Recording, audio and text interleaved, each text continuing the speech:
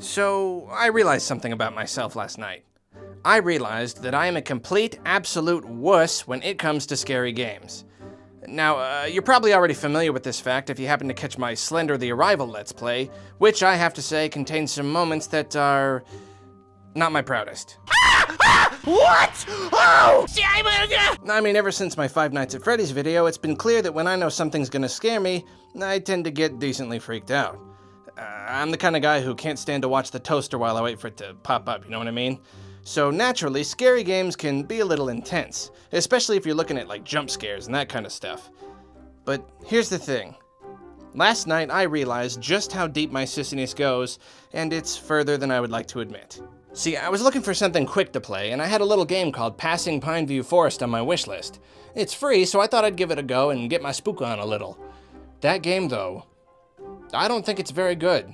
It's kind of glitchy, the audio is pretty rough, it relies on the same old standard horror game tropes. My playthrough went like this. Run along a straight path, explore a few entirely empty buildings, run forward some more, see a scarecrow, jump scare, game over. Remember how the game told me to be quiet, agonizingly slow walk, stopping when I hear a noise, one more jump scare, awkward, anticlimactic ending. It really wasn't anything special, and basically every scare was cheap and or poorly executed.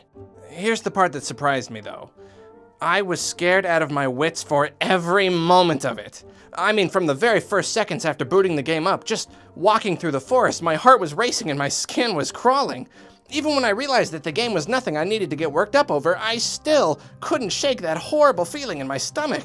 I kept wanting to take my eyes off the screen in case something happened. I kept scanning the trees for monsters every time I heard something, even though I knew nothing was gonna be there. Something about the anticipation, the mere idea that I was playing a game that's supposed to scare me, freaked me out miserably without the game having to do a single thing. And let me say right now that while I love horror movies, it takes a lot to actually scare me.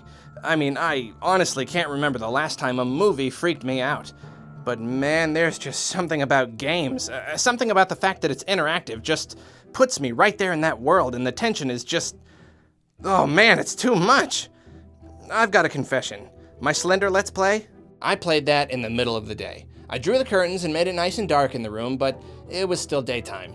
And that game freaked me out more than anything I've ever played. But I made the mistake of playing Passing Pineview Forest last night by myself, and I swear I was looking behind me every 10 seconds. And halfway through, I just couldn't take it anymore. I had to turn a light on. And when I was done, I couldn't get to sleep for ages. My brain was just in this terrible place, and all I could think of was freaky stuff, and it took so much willpower to keep the lights off in my room.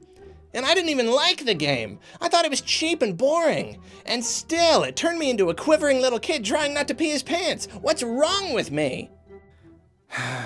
So, I don't know what to do. I love horror, and I've got several games in my backlog that I can't wait to play. But I am a complete and utter sissy. So, I don't know. Is there a name for this condition?